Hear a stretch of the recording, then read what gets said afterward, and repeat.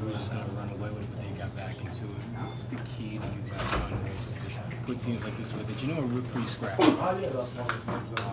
Just staying the course. You know, they, like you said, they just wouldn't go away. They kept fighting.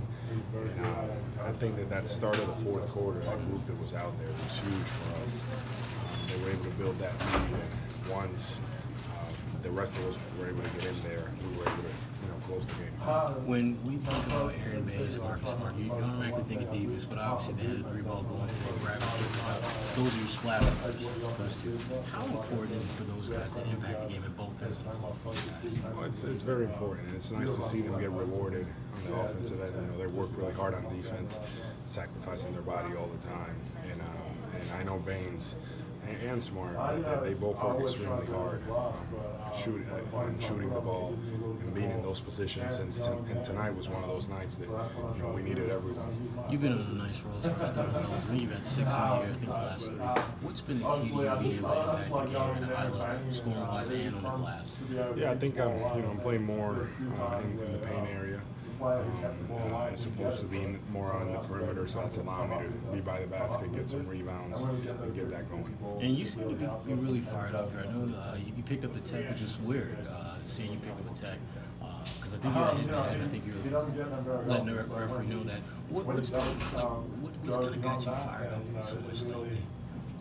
It's not lately. I just think that as the season goes on, it just gets more intense.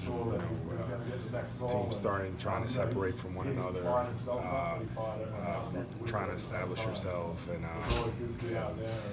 they're a scrappy team. I felt like the game was getting a little bit out of hand. The play before, like you said, I went to dunk the ball, I got hit in the head, no call, and then definitely a reaction from me, and that's just being competitive.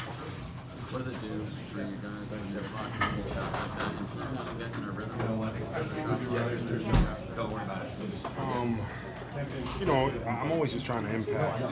So I may not get a block shot, but I'm going to try to alter a shot. And that's usually what I go.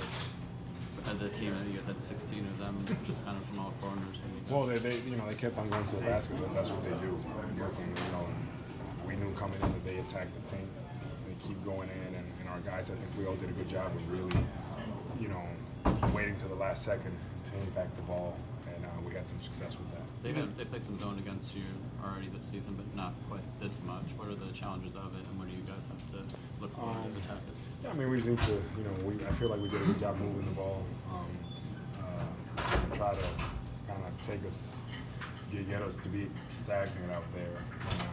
I felt like our guys, we did well. We moved it. We played inside out. We got some good looks. You've been in a bunch of locker rooms, Al.